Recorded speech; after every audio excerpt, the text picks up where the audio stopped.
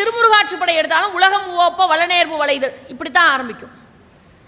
நிறைய நூல்கள் எதிலே ஆரம்பிக்கும்னா உலகம் என்கின்ற வார்த்தை. ஏன் உலகம் என்று ஆரம்பிக்கிறது என்று சொன்னால், விநாயகரனுடைய அருள் வேண்டும் என்பதற்காகவே உகரம் இட்டு விநாயகர் பிள்ளையார் சொல்லி போட்டு ஆரம்பிக்கிறாங்க.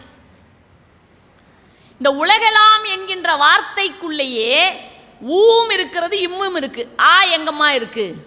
எல்லா எழுத்துக்களிலும் அகரம் நிறைந்திருக்கும். நம்ம சொல்லும் போதே பார்த்துருக்கீங்களா? ஊவண்ணா, ஏவண்ணா, ஐயண்ணா, காவண்ணா, அப்படித்தான் நம்ம சொல்லுவோம். எழுத்துக்களையே அப்படித்தான் சொல்லுவோம். எல்லா எழுத்துக்குள்ளேயும் அகரம் இருக்கிறது, உகரமும் இருக்கிறது, மகரமும் இருக்கிறது. மூன்றையும் சேர்த்து விநாயகர் பெருமான் பிரணவத்தின் வடிவமாகவே இருக்கிறான். அந்த பிரணவத்தின் வடிவமாக இருக்கிற விநாயகப் பெருமானையும் வணங்குகிறேன் என்கின்ற அடிப்படையிலே அருண்மொழித்தேவர் உலகெல்லாம் என்று சொல்கிறார்.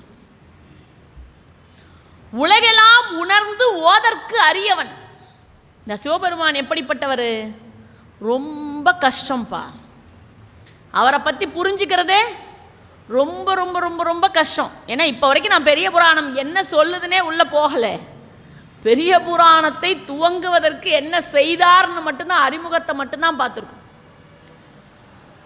உலகெல்லாம் உணர்ந்து, நீங்கள் உலகத்தையே உணர்ந்தாலும் சரிங்க, ஓதற்கு அரியவன்.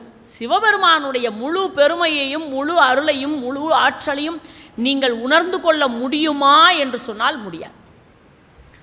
அப்போ நான் சாமி கும்பிடாமே விட்டுட்டுமா?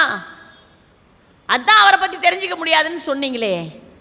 அடுத்த வரி வச்சார், உலகெல்லாம் உணர்ந்து ஓதற்கு அரியவன் நில உலாவிய நீர்மலி வேணியன். நிலவையும் நீரையும் தலையிலே சூடியிருக்கிறான். நம்ம என்ன நினைப்போம், என்னிடத்தில் பல்வேறு குறைகள் இருக்கு. குறையில்லாத யாராவது இருக்கோமா? நம்மக்கிட்ட குறை இல்லாமல் இருக்கா? இல்லை, எல்லாரிடத்திலும் குறை இருக்கிறது.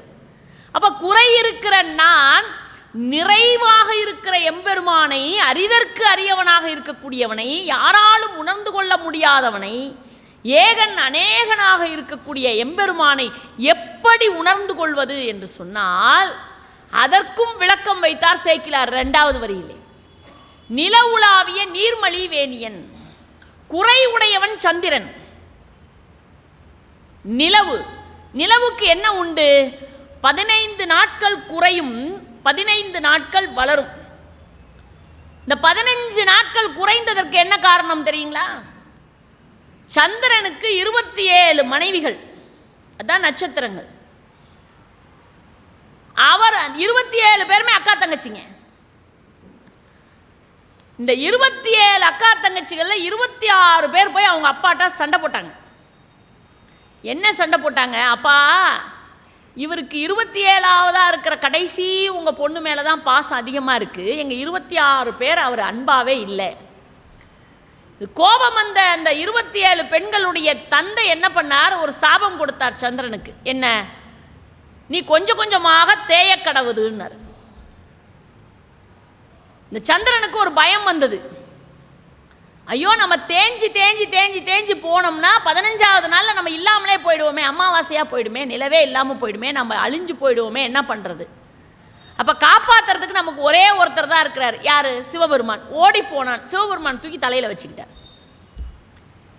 அதுக்கப்புறம் தான் வளர ஆரம்பித்தான். தேயன் அந்த சாபத்தின் அடிப்படையில் தேய்ந்தவன் எம்பெருமானிடத்தில் வந்ததற்கு அப்புறம் தான் வளர்ந்தான். அதனால தான் வளர்பிறையை வச்சிருப்பார் எம்பெருமான்.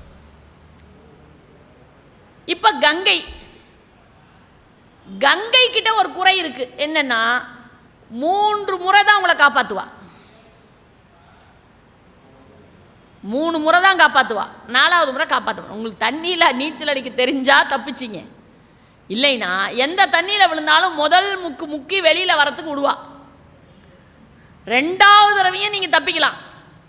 3வது தடவையிலையும் நீ முடிஞ்சா தப்பிச்சுக்கணும். முடியலைன்னா அவ்வளவுதான். அவளிடத்திலும் குறை இருக்கு. அந்த குறை இருக்கக்கூடிய கங்கையையும் தலையில வைத்திருக்கிறான். குறை இருக்கக்கூடிய கங்கையையும் நிலவையுமே வைத்திருக்கக்கூடிய எம்பெருமான் நமக்கும் அருள் செய்வான் என்று யார் சொல்லிக் கொடுக்கிறார்? சேக்கிலார் நமக்கு சொல்லிக் கொடுக்கிறார். நில உலாவிய நீர்மலி வேணியன், அழகில் ஜோதியன், அம்பலத்து ஆடுவான், மலர் சிலம்படி வாழ்த்தி வணங்குவான். இந்த மலர் சிலம்பு வைத்திருக்க, சிலம்பு அணிந்திருக்கக்கூடிய அந்த மலர் அடிகள் இருக்கிறதே, அதுதான் சரணாகதி தத்துவம். பாதங்களை பிடித்து கொண்டால் போதும். நான் உங்களுக்கு நேத்தே சொன்னேன், முயல் தத்துவம் சொன்னேன். அதுதான். நீங்க ஒரு பெரிய குளத்துல நிறைய மீன்கள், தினமும் அந்த மீனவன் வருகிறான், வலை விரிக்கிறான், மீன்களை பிடிச்சிட்டு போறான். இதுல ரொம்ப சொற்ப மீன்கள் தான் தினமும் தப்பிக்குது, எல்லா மீனும் மாட்டிடுது. அதுல ஒரே ஒரு மீன் மட்டும் ரொம்ப லாவகமாக தப்பிச்சிருச்சு.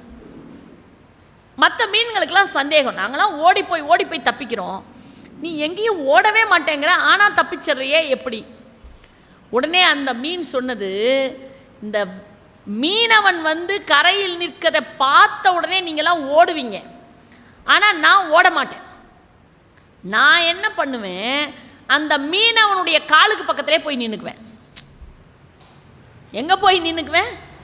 அந்த மீனவனுடைய காலுக்கு பக்கத்திலே நின்றுக்குவேன். அவன் கால்களிலே எப்பயும் வலைய மாட்ட மாட்டான், அதனால் வலை அந்த பக்கம்தான் விழுவும், நீங்கள் தான் மாட்டுவீங்க, நான் தப்பிச்சுக்குவேன்னு சொன்னான். இது வந்து ஒரு கதை தான். ஆனால் இந்த மீன் குஞ்சு எப்படி தப்பித்துக் கொள்வதற்கு மீனவனின் காலுக்கு பக்கத்தில் போகிறதோ, அதுபோல இந்த பிறவிக்கடலிலிருந்து நாம் தப்பித்துக் கொள்வதற்கு நமக்கு இருக்கிற ஒரே வழி இறைவனுடைய பாதங்களை பிடித்துக் கொள்வது, அவ்வளவுதான். அதனால தான் மலர் சிலம்படி வாழ்த்தி வணங்குவோம் என்று பெரிய புராணத்தை சேக்கிலார் பெருமான் ஆரம்பித்திருக்கிறார். அந்த பெரிய புராணத்தினுடைய வரலாற்றை தான், அதில் இருக்கக்கூடிய 4 பெருமக்களுடைய சிறப்பை பற்றி தான் நாம் அடுத்து வருகின்ற நாட்களிலே பார்க்க இருக்கிறோம். அப்படிப்பட்ட உயர்ந்த புராணம், பெரிய புராணம், திருத்தொண்டர்களுடைய புராணம், ஒவ்வொரு அடியவருடைய வரலாறு. இது கதை அல்ல. நிறைய பேர் சொல்லுவாங்க கதை என்று. நான் என்றைக்கும் அதை கதை என்று குறிப்பிடுவதே இல்லை. ஏனென்றால் அரிய பெரியவர்களுடைய வரலாறு, அந்த வரலாற்றில் ஏன் இப்படி நடந்தது அப்படி நடந்தது என்ற ஆராய்ச்சிக்கு மீறி இறைவனுடைய அளப்பரிய கருணையை நினைத்து நினைத்து, ஏனென்றால் நம்பியாண்டார் நம்பி வந்து திருத்தொண்ட தொகை எழுதி ராஜராஜ சோழன் மூலமாக வந்ததற்கு பிறகுதான் அடியவருடைய திருவுருவச் சிலைகள் எல்லாம் கோவிலுக்குள்ளே வந்தது. நீங்கள் மறந்துடாதீங்க. அப்ப அடியவர்கள் இறைவனுக்கு நிகராக வைத்து எண்ணப்படத்தக்கவர்கள், இறைவனை விட உயர்ந்தவர்களாகவே போற்றப்படத்தக்கவர்கள், தன்னைத்தானே தாழ்த்தி கொண்டு உயர்கிறவர்கள். ஓடும் செம்பொன்னும் ஒக்கவே நோக்குவார் என்று சொல்வார். அடியவர்கள் யார் என்று சொன்னால், கேடும் ஆக்கமும் கெட்ட திருவின எது வந்தாலும் சரி, கேட்டையும் சரி நன்மையையும் சரி இரண்டையும் ஒன்றாக பார்ப்பார்கள். அது அவங்க தான் அடியவர்கள். ஓடும் செம்பொன்னும் ஒக்கவே நோக்குவார். ஓடு இருந்தாலும் செம்பொன் இருந்தாலும் இரண்டையும் ஒரே போல பார்ப்பவர்கள் யார் என்று சொன்னால் அடியவர்கள். நீங்க பட்டினத்தடிகள் ஒரு முறை எல்லாவற்றையும் துறந்தவர், அவர் எல்லாத்தையும் துறந்தவர். அவர் ஒரு முறை என்ன பண்ணாரு, போய்கிட்டே இருந்தார், தூக்கம் வர்ற மாதிரி இருந்தது. ஒரு வயக்காடு, அதில் வரப்பு இருந்துச்சு, வரப்பு மேலே தலையை வச்சு படுத்திருந்தார். அந்த வழியாக 2 பெண்கள் போனார்கள். போன பெண்ணில் ஒரு பெண் சொன்னா, பாருப்பா எவ்வளோ பெரிய துறவி, எவ்வளோ பெரிய செல்வந்தர், அரசருக்கு நிகரான செல்வந்தர். பட்டினத்தடிகள் யார் தெரியுங்களா? அரசனுக்கு நிகரான செல்வந்தன். தன்னுடைய மகன் சொன்ன காதற்ற ஊசியும் வாராதுகான் கடைவழிக்கே என்ற அந்த சொன்ன ஒரு வார்த்தைக்காக அத்தனை செல்வங்களையும் தூக்கி எறிந்தவர். வேற ஒன்றும் இல்லை, உடைஞ்சு போன ஊசி, நல்லா இருக்கிற ஊசி இல்லைங்க. அவன் சொன்ன வார்த்தை இருக்கிறதே உடைந்து போன ஊசி, காது இல்லாத ஊசி.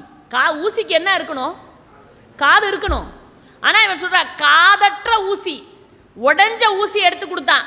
இந்த ஊசியை எடுத்துக்கிட்டு நீ இறந்து போனோன்னா வந்துருவியான்னு கேட்டான். நீ இறந்ததற்கு பிறகு இந்த ஊசியை நீ சொர்க்கத்துக்கு போனாலும் சரி நரகத்துக்கு போனாலும் சரி உன்னால் தூக்கிட்டு, நீ வேற சொத்தை தூக்கிட்டு வராத, சொகத்தை தூக்கிட்டு வராத, வீட்டை தூக்கிட்டு வராத, பணத்தை தூக்கிட்டு வராத, நகையை தூக்கிட்டு வராத, இந்த காதில்லாத ஊசியவாவது தூக்கிட்டு வர முடியுமான்னு கேட்டான். அத்தனை சொத்துக்களையும் துறந்து கோவணத்தாண்டியாக போய் உட்கார்ந்தார். யார்? பட்டினத்தடிகள். ராஜாவுக்கே கடன் கொடுக்குற செல்வந்தன் போய் உட்கார்ந்தார். அவர் தான் பட்டினத்தடிகள். அவர் அந்த வரப்பில் தலையை வச்சு படுத்திருக்கிறார். இந்த 2 பெண்ணில் ஒருத்தி சொல்றா, எவ்வளோ பெரிய செல்வந்தன், எல்லா செல்வத்தையும் துறந்து ஒரு துறவியாக இருக்கிறாரேன்னு. பக்கத்தில் போனவ சொன்னா, எதை திறந்துருந்தா என்ன, தலைக்கு ஒரு தலையணை வைக்கணுங்கிற அந்த புத்தியை இன்னும் துறக்கலையே, இவர் எப்படிடா துறவின்னு கேட்டாவ. இவர் எப்படி நீ துறவியா இருக்க முடியும்னு கேட்டா. பட்டினத்தடிகளுக்கு அது காதில் விழுந்துருச்சு. அடடா, இந்த சின்ன பெண்கள் இவர்களுக்கு தெரிந்த ஒரு ஞானம் நமக்கு இல்லையே என்று சொல்லி உடனே வரப்புலேருந்து தலையை எடுத்து கீழே வச்சுக்கிட்டார். அந்த பெண்கள் அவர் வைக்கிறதுக்குள்ளார போயிட்டாங்க. போன பெண்கள் குளத்தில் தண்ணி எடுத்துக்கிட்டு திரும்ப வந்தாங்க. அப்போ இன்னொருத்தி சொன்னா, பார்த்தியா நீ சொன்ன வரப்பு சுகம் வேணும்னு அவர் வந்து படுத்திருக்கிறார், இப்போ பார்த்தியா தரையில் தானே படுத்திருக்கார், வெறும் தரையில் தானே படுத்திருக்கார், தலைக்கு கூட தலையணை வேண்டாம் என்று சொல்லி தரையில் தானே படுத்திருக்காருன்னு. அந்த பெண் சொன்னா, இப்பையும் அவர் துறவி இல்லை, இப்பையும் அவர் துறவி இல்லை. அதான் நீ தான் சொன்ன தலையணை வச்சு படுத்தாதான் அவர் துறவி இல்லைன்னு சொன்ன, இப்போதான் ஒன்றும் வேண்டாம்னு வெறும் தரையில் படுத்திருக்கிறாரே, இப்பையும் துறவி இல்லைன்னு சொல்றியே, ஏன் சொல்ற? உடனே அந்த பெண் சொன்னா, போகிறவர்கள் வருகிறவர்கள் தன்னை பற்றி என்ன பேசுகிறார்கள் என்று கேட்கிறாரே, இவர் எப்படி துறவியா இருப்பாருன்னு கேட்டேன்.